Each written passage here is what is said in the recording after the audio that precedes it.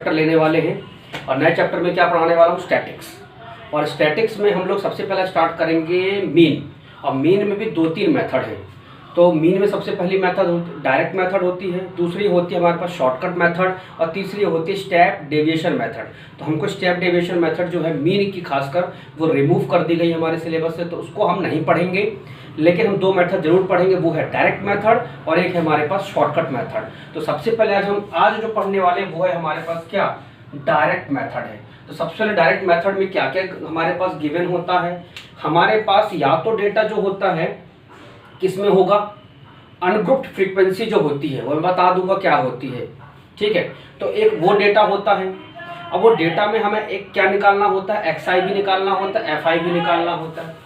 या कई बार हमारे पास एक्सआई एफआई गिवन रहता है, तो हमने एक्सआई ये है और एफआई ये है। अब आप सोचो इन सब का क्या कर दूं, टोटल करना होता है, किसका, एफआई का। तो यहाँ क्या लिखेंगे हम लोग, टोटल और समीशन एफआई। एफआई का मतलब टोटल कितना है। तो देखो 10 + 10 20, 20 + 5 25, 25 और प्लस ये 7 लगा लो तो कितना लगभग हुआ, 32 हुआ। और 32 में 8 जोड़ लो, लगभग कितना हो रहा है, 40। तो यदि एक्सआई एफआई इस तरीके का डेटा दिया रहेगा तो नॉर्मल करना है। फिर यदि डेटा बदल जाएगा तो मैं आपको तरीका बदल के बताऊंगा। लेकिन पहले ये सीखो कि जब एक्सआई नॉर्मल दी हो, एफआई नॉर्मल दी हो, तो क्या मेथड लगाएंगे। अब देखो इसके बाद क्या कहता है डायरेक्ट मेथड में कि एफआई का एक्सआई में क्या कर दो, इनटू कर दो। ये इनटू लगा इनके बीच में, तो 4 × 5 कितना हुआ, 20, 6 × 10 कितना हुआ, 60, 9 × 10 कितना हुआ, 90, 10 × 7 कितना हुआ, 70। और 15 का 8 में कर लो तो 15 4 जा 120। तो ये लगभग कितना हो गया, 120। अब इनका भी टोटल करना होता है, समीशन लगा के एफआई एक्सआई का टोटल कितना है। तो ये भी आप टोटल कर लीजिए। अब आप देखो 9 6 15 मतलब लगभग 150। 150 में आप 20 जोड़ लो तो 170। 170 में आप ये जोड़ लो लगभग 240। और 240 में आप लगभग 20 जोड़ लो तो 260। और 260 में आप 100 जोड़ लो तो 360 हुआ। तो ये लगभग हमारे पास कितना हो जाएगा। जिसको नहीं बनता वो ओरल कर ले, ओरल मतलब अलग से रफ में कर ले। फिर से जोड़ लेते 120 + 70 190। 190 में 90 जोड़ो 280।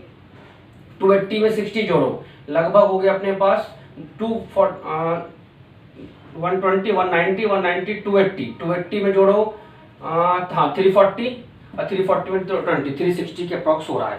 अब फॉर्मूला क्या है, तो फॉर्मूला है एक्स इसको बोलते हैं या इसी को बोलते हैं मीन। क्या बोलते हैं, मीन बोलते हैं। तो mean is equal to formula क्या होगा, समीशन एफआई एक्सआई अपॉन में क्या होता है, समीशन एफआई। ये है फॉर्मूले।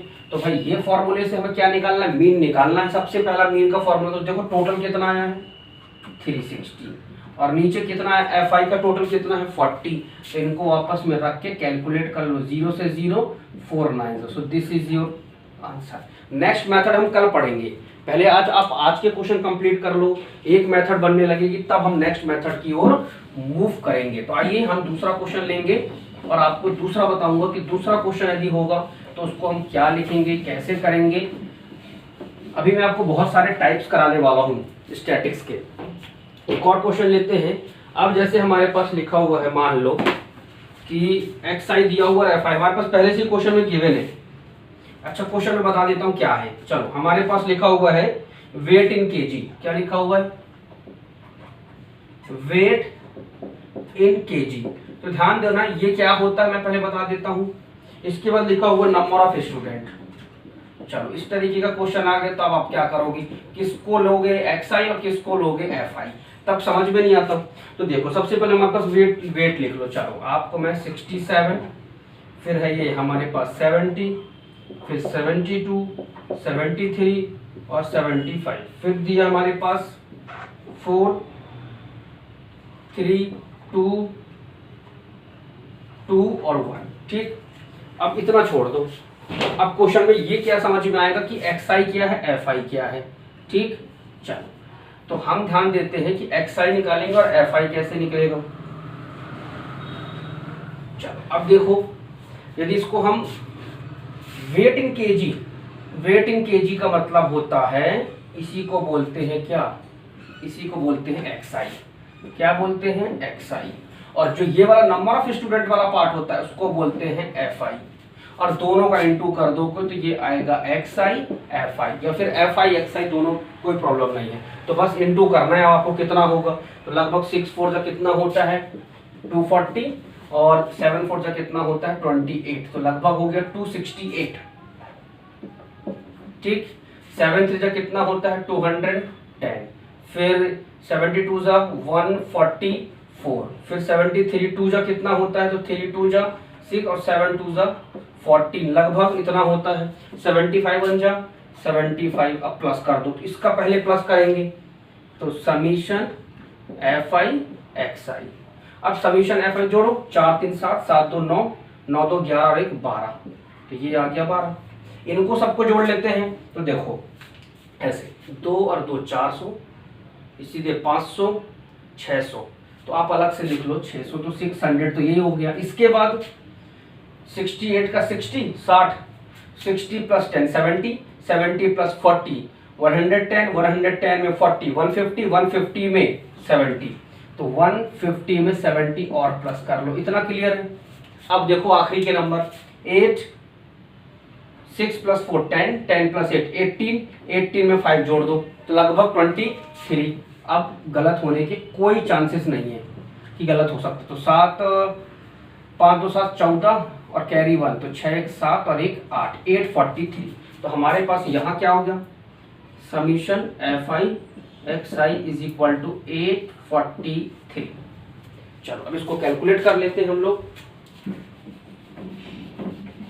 कि कैसे करेंगे। देखो अब लगा लेते हैं सबसे पहले मीन, तो मीन का मतलब होता है x के ऊपर बार, इसी को बोलते हैं x। फॉर्मूला लगाओ समीशन एफ आई एक्स आई, और नीचे फॉर्मूला समीशन एफ आई, तो देख लो कैलकुलेट कर लो, 843 और डिवाइडेड बाय कितना है 12, तो लगभग इनटू कर लो, लगभग 12 4 जा 12 5 12 6 12 8 जा ना 12 96 ज़्यादा, 12 7 जा 84 होता है, 12 7 जा 84 होता है लगभग, पर जाएगा नहीं तो कोई बात नहीं, 12 7 जा 3 में नहीं जाएगा उतारने के बाद, तो पॉइंट और फिर 0, तो 12 2 जा लगभग 70.2 हमारे पास ये x के ऊपर बार की ये वैल्यू आ गई। क्लियर है। एक क्वेश्चन में आपको और कराऊं, लेकिन ध्यान रहे कुछ और भी निकालना पड़ सकता है, तो वो मैं आपको बता देता हूं कि किस टाइप का क्वेश्चन। ये है आपका नॉर्मल मेथड, डायरेक्ट मेथड, जिसमें आप अप्लाई करेंगे और डायरेक्ट मेथड लगाएंगे तो आपके पास आंसर बहुत इजी तरीके से आ जाएगा। क्लियर है। अब देखो एक और क्वेश्चन है, अब तो ये बहुत इजी है, अब तो ये आप कर लोगे। एक क्वेश्चन मैं हटके करता हूँ, चलो अलग टाइप का करता हूँ। इसमें लिखा हुआ है मेरे पास क्वेश्चन, देखो उसने कुछ नहीं लिखा, उसने ऑलरेडी दे दिया है कि ये आपके पास एक्स आई है और ये क्वेश्चन में एफ आई है और ये एफ आई एक्स आई है। तो देखो एक्स आई कितना है, क्वेश्चन करेंगे अपन, तो एक्स आई में दिया हुआ है 2 4 6 10 और यहाँ दिया हुआ है p + 5। ठीक, कोई प्रॉब्लम नहीं है। एफ में क्या दिया हुआ है, एफ में दिया हुआ है 3 2 3 1 और 2। चलो कोई बात नहीं, अब हमारे पास लिखा है the mean of the following 6। चलो कुछ नहीं करना, अब आपको निकालना है कि p की वैल्यू क्या होगी। अब आप p कैसे निकालोगे, तो बहुत इजी है, हर बार एक नंबर में पूछा गया है हर बार।